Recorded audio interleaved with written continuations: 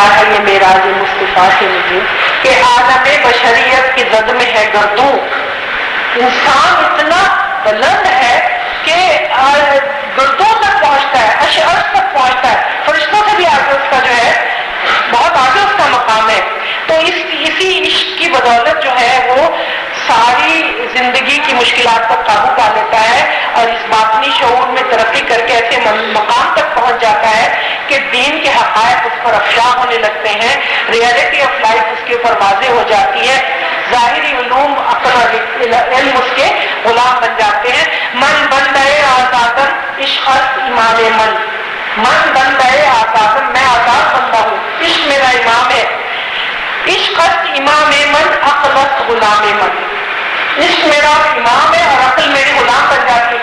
زندگی کی کامیابی اس سے بڑھ کے اور کیا ہوگی کہ انسان کا امام عشق ہو اور عقل اس کی غلام ہو کہ وہ جب چاہے جس طرح چاہے عقل سے کام لے سکے. تو اقبال کے یہاں عشق جو ہے یہ مکمل نظام فکر ہے، یہ وہ نظام فکر ہے جو حقیقت میں نظام مصطفی کے تابع ہے. اور اقبال نے اسے مادی حقائق پر روحانی حقائق کی برتری ثابت کرنے کے لیے ایک ٹرمینالوجی اور اس کو استعمال کیا ہے. اور اقبال کے نظام فکر کا یہ خاص پہلو جو محبت یا عشق کہلاتا ہے، جو حضوری ذات و صفات سے پوری طرح متصف اور استوار ہے، فقیروں کو آداب خودآگاہی سکھاتا ہے، شہنشاہوں کے منصب کو شہنشاہی کے منصب سے آگاہ کرواتا ہے. جب عشق سکھاتا ہے آداب خودآگاہی، جب عشق سکھاتا ہے آداب خودآگاہی، کھلتے ہیں غلاموں پر اسرار شہنشاہی. غلاموں کو پتہ چلتا ہے کہ حکومت کیسے کی جاتی ہے. جب یہ ساری عشق کی باتیں ہیں اور یہی عشق مٹی کے تودوں کو انسان بناتا ہے، غبار راہ کو وادی سینہ کا فروغ عطا کرتا ہے، چراغ مصطفی کو شرار ابولہبی کے مقابلے میں روشن کرتا ہے، آتش نمرود کو گلزار بناتا ہے.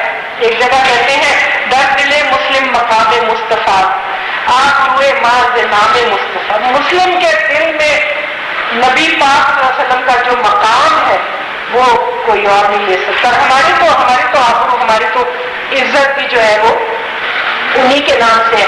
اس ساری تفصیل سے یہ پتہ چلتا ہے کہ عشق اقبال کے یہاں کسی ٹیمپرری جذبے کا نام نہیں ہے، یہ کوئی لمحاتی چیز نہیں ہے، بلکہ یہ ایک سر چشمہ ہے آگہی کا. یہ ایک سر چشمہ ہے اقبال کے یہاں اپنے نفس کی معرفت کا. اور اقبال نے اس کو کہیں شوق کا نام دیا ہے، اقبال نے کہیں یقین کا، کہیں وجدان کا، اور کہیں جنون کا، کہیں سوز کا، کہیں ساز کا، کہیں درد کا، کہیں آرزومندی کا. اقبال کو یہ عشق اتنا عزیز ہے کہ اپنی پوری شاعری میں یہ کہ ایک لمحے کے لیے بھی اس سے جدا نہیں ہوتے ہیں.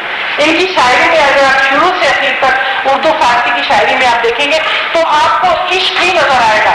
اور اگر آپ اس عشق کی اصلیت سے واقف نہیں ہیں تو آپ کہیں گے کہ یہ کیا ہر وقت عشق کی بات ہے. لیکن اگر عشق کی اصلیت سے واقف ہے تو آپ کو پتہ چلے گا کہ کتنی ویلیویبل چیز ہے اور یہ ہمارے لیے کتنا زبردست پیغام ہے. اور اقبال اسی عشق کو اپنا رہنما بناتے ہیں. لہٰذا جس جگہ پر انہوں نے عشق کی بات کی ہے ان کا فکر و فن جو ہے وہ اعلیٰ ترین بلندی پر پہنچ چکا ہے.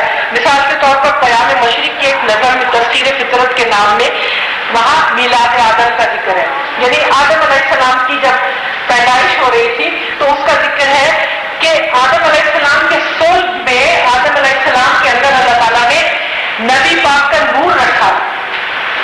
فرشتوں کو حکم دیا تھا نا کہ سجدہ کرو، نبی پاک کا نور رکھا تو فرشتوں کو حکم دیا اور اس کو وہ کیا کہتے ہیں نارضت عشق کے خونی جگر پیدا شروع. جب آدم پیدا ہو رہے تھے تو کیا ہوا؟ نارضت عشق کے خونی جگرے پیدا شد، حسن لرزیب کے صاحب نظرے پیدا شد. اس وقت بھی جو تھا عشق وہ کہہ رہا تھا کہ اب جو ہے وہ صاحب عشق پیدا ہو چکا ہے اور ایک وہ شخص پیدا ہو چکا ہے کہ جو دنیا کو طاقت اور توانائی سے آشنا کرے گا. اقبال کے یہاں یہ عشق جو ہے وہ رگ و پے میں سمایا ہوا ہے، ان کی خون کی گردش میں سمایا ہوا ہے. یہ عشق عجیب و غریب کیفیت ان کی ہے، کہیں یہ جو ہے امت مسلمہ کا درد بن کے سامنے آتا ہے، یہ بھی ان کا عشق ہے، یہ بھی عشق رسول ہے. کہتے ہیں طبیب عشق نے دیکھا مجھے تو فرمایا تیرا مرض ہے فقط آرزو کی بے نیش. کیا ہے؟ امت مسلمہ کو کہتے ہیں نا کہ طبیب عشق نے جب دیکھا تو یہ کہا کہ تیرا مرض کیا ہے کہ کہ تجھے آرزو ڈنک نہیں مارتی.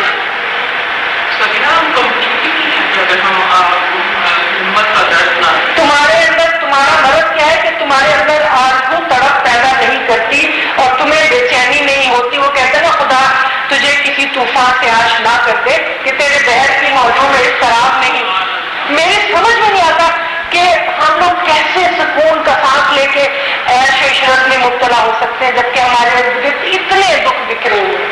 تو ایک بات نہیں کہتے ہیں کہ تیرا مرض ہے فقط آرزو کی بے نشی کہ ایک طرف تمہارے اندر پیدا ہونی چاہیے اور اس کو اپنے اندر اس طرح سماؤ کہ تم اپنے اندر اپنے ملی قومیت کے حوالے سے اپنی جماعت کے حوالے سے تمہارے اندر ایک سرگرمی پیدا ہونی چاہیے, تمہارے اندر ایک حرکت پیدا ہونی چاہیے, تمہارا جمود ختم ہونا چاہیے, تمہارے اندر استحال پیدا ہونا چاہیے. وہ کیا کہتے ہیں کہ مسلمان تو جس جمود کا شکار ہے تیرے افکار منجمد ہو چکے ہیں, علم کے میدان میں پیش رفت نہیں کی کیونکہ تیرے اندر سے طلب ختم ہو گئی, تجھے آج تو ڈنک نہیں مارتی.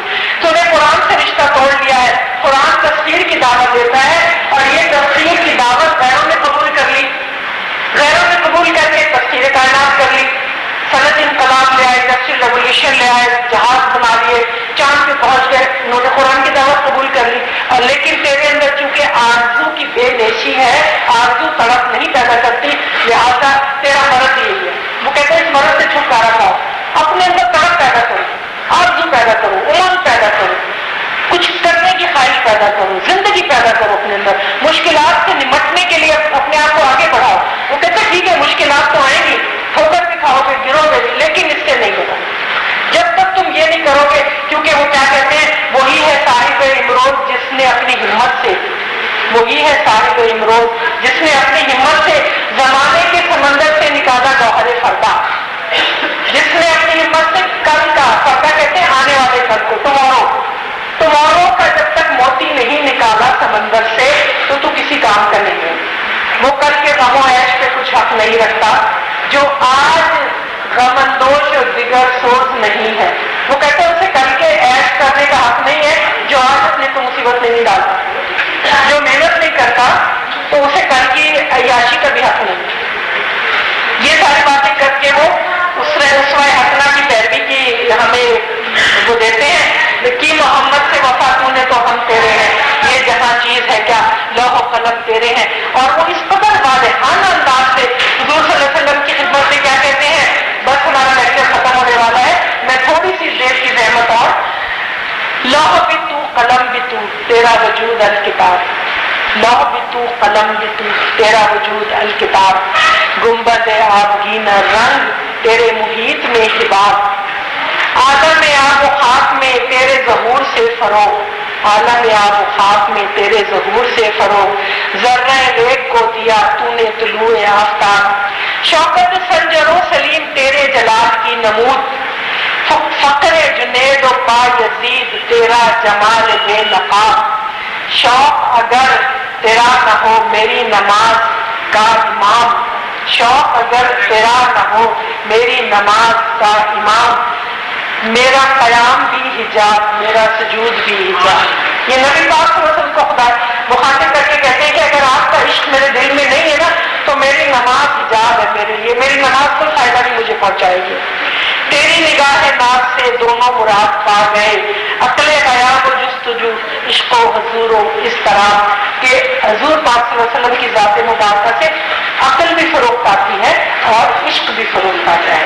تو یہ اسلامی طرز حیات اور اسلامی تخیل اور اسلامی تعلیمات کی اور کہیں مناجات کی صورت میں, کہیں نبی پاک صلی اللہ علیہ وسلم کی بارگاہ میں یہ کرتے ہیں کہ امت مسلمہ پر خاص اپنی نظر رکھیں, ان کے لیے خاص اپنی ہدایت رہنمائی کے لیے. اس حوالے سے بہت اہم بات جو میں آج آپ کے ساتھ شیئر کرنا چاہ رہی ہوں, میں نے سبینہ کو میل بھی بھیجا تھا اگر آپ نے دیکھا ہو, تقریب عثمانی والا, کہ 2-3 لوگوں نے خواب میں دیکھا ہے ابھی ریسنٹلی کہ نبی پاک صلی اللہ علیہ وسلم خواب میں تشریف لائے ہیں. یاد رکھیے کہ نبی پاک صلی اللہ علیہ وسلم نے فرمایا کہ شیطان کبھی میری شکل میں نہیں آ سکتا, جس نے مجھے دیکھا اس نے مجھے کو دیکھا.